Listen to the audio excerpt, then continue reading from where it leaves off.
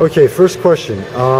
How and when did you become involved in Lehigh Valley Music Association and Lehigh Valley Music Awards? We'll start basically from the beginning. Okay. I joined the LVMA in June of last year. I had just been dislocated from my previous place of employment, and I was looking for a way to give back to the community. About 12 years ago, I worked on a website called Lehigh Valley Tonight, and I worked with a lot of the local musicians, helping to try to bring the scene to some notoriety. And when I found an opportunity and I had more time on my hands, I decided let me give back. To the people that I had worked so hard with so long ago. Okay, now the Greater Lehigh Valley Music Association. This may sound strange, but I walk and take the bus everywhere, so it's like, I talk to people on the street. A lot of people actually don't know about it or the awards show. Yes. What exactly does the Music Association, do for the community, and what exactly is it? This way people would have a better idea. So the GLVMA itself, the Greater Lehigh Valley Music Association, it's in its second year. It was an offshoot of the Lehigh Valley Music Awards organization. Due to some changes in the way the organizations were held, they created a new one called the Greater Lehigh Valley Music Association, who now in partnership with ArtsQuest does the Lehigh Valley Music Awards. We present that each year. Okay. I believe that the reason why a lot of people don't hear about it is, it's twofold. It's a small scene that's growing, and the culture in the Lehigh Valley has always been one that embraces its original talent, but given our location between New York and Philadelphia, we are also very hip to the mainstream. So it's something that we know exists, and it's something that all of our efforts are working on and trying to improve. And every day we reach new people and we introduce them to it. All of our efforts now, ArtsQuest as a partner, should only help us to get that into the consciousness of more of the citizens of Lehigh Valley residents. Okay. And, I apologize if some of these questions may be from the other side. It's just, this is what I hear from people, this is what I hear from people talking to them. I mean, we have to be accountable for who we are, so. I mean, when I first came back into the area, September of 2010, and, that year I was like, Lehigh Valley has music awards, and I grew up here, and, like, even though I know one bus driver, I say, yeah, I mentioned Lehigh Valley Music Awards to him. He says, okay, I grew up here I spent my whole life here, and I didn't even know the Lehigh Valley had a music awards. So this is this is what I hear from people. Now, as far as the awards show itself, okay, I was actually at the press conference and did an article on it. As far as partnering with ArtsQuest, the main question I have, I kind of jump around a little bit, but the main question that I have is, why would people want to come to the award show? Well, the Lehigh Valley does have a plethora of talent, and my personal opinion is that all of these musicians, they have a dream, they have a passion, and they're following it. It takes a lot of courage to follow something that only you in your heart hear the calling for. So what the award show really is a night to celebrate where effort meets opportunity. And these are people who are working very, very hard on something that they truly believe in. So they're going to be up on stage and they're going to be giving a great show. It's going to be a fun time. It's very family friendly. We also recognizing over 50 categories for the awards. So it is really it's a win-win for everybody. I encourage musicians and other people in the industry to come to get a sampling of the talent. We're very proud to say that this year, over 20% of the nominees were new people who have never been on the ballot before. So it's showing it's signaling a shift in the scene, and it's a growing scene. We need new people. We need the local legends, as I call them, in order to really have a full scene. So come out, enjoy it, celebrate it. Okay, now, from your personal knowledge of the history of the music awards itself, this is the 15th year, correct?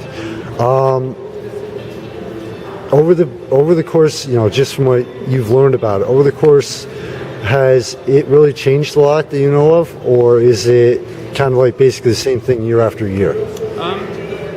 Well, it's a small city, so to hear the same names, it's a blessing and a curse at the same time. Right.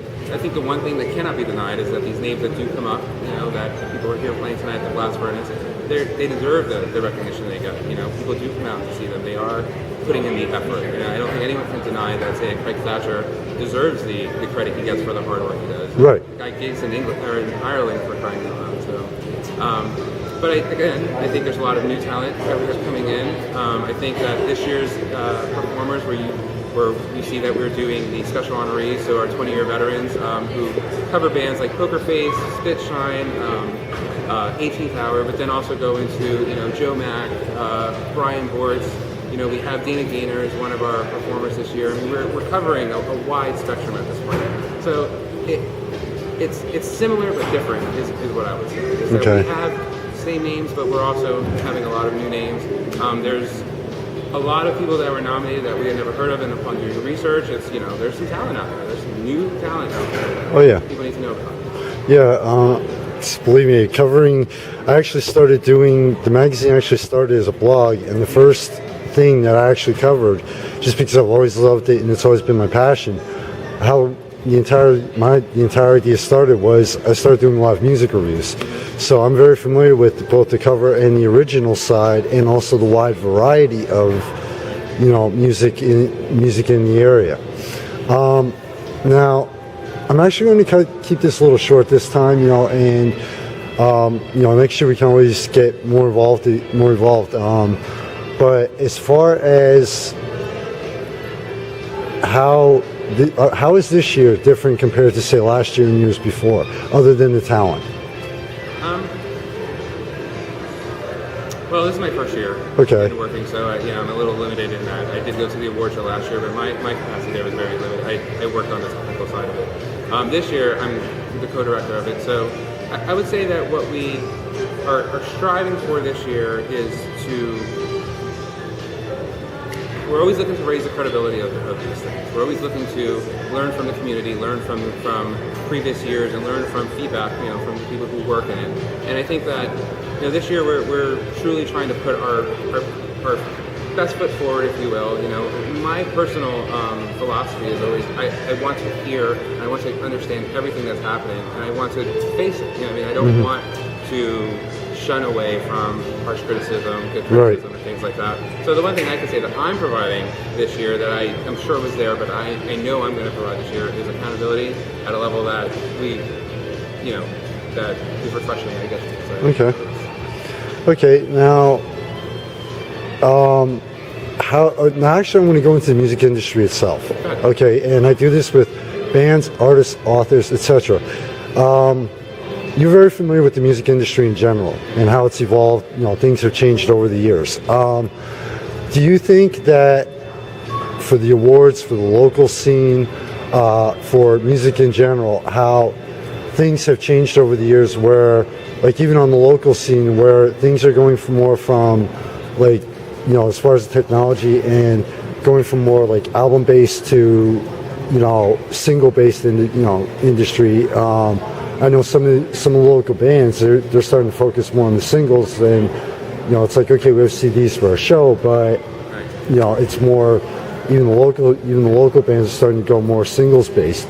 Do you see that as like the overall way the music industry is changing is affecting the local side of the music, the local music industry here, and like how the Greater Lehigh Valley Music Association and the award show? Do you see that affecting like the local side?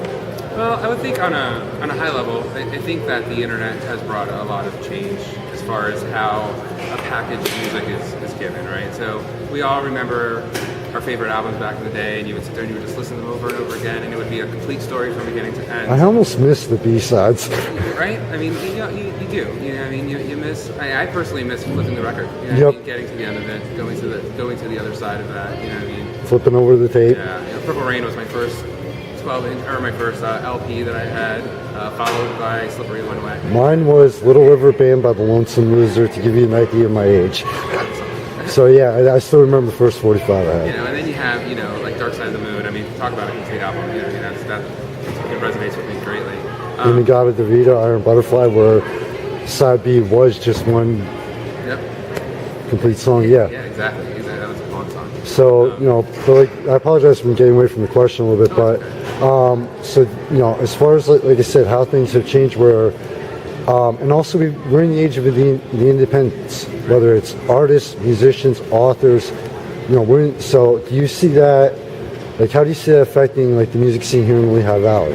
Well, I think it's important for the musicians to evolve with the times. You know what I mean? And I think that one of the things that I used to run into when I used to do this is that bands would release albums too fast. So you would have one album recorded, and before you would even get your chance to saturate the market, they would release work on new material. And we understand that it's a creative process and you're constantly evolving, but the reality is you have to put out a product and you have to market that product and you have to give it a chance to thrive, and then you evolve from that product. You know, not to say you can't take creative liberties on your own, but you have to, it's a business in a sense. You know what I mean? If you are out here, again, effort and opportunity, you have to look for what the trends are and the way the music in itself is evolving, and then you look to evolve with it. So I believe that when it comes to the single release, that if anything, it can help the local artists more, because you're not confining your fans to this one set of songs and then quickly moving away from it. You're giving that one song time to move on. And the advice I'd always give bands from the heart is,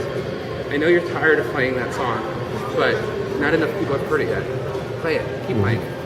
Play it 500,000 times. You know what I mean? Until you reach the goals you want with that song, you're the last person to tell us that you're sick of the song.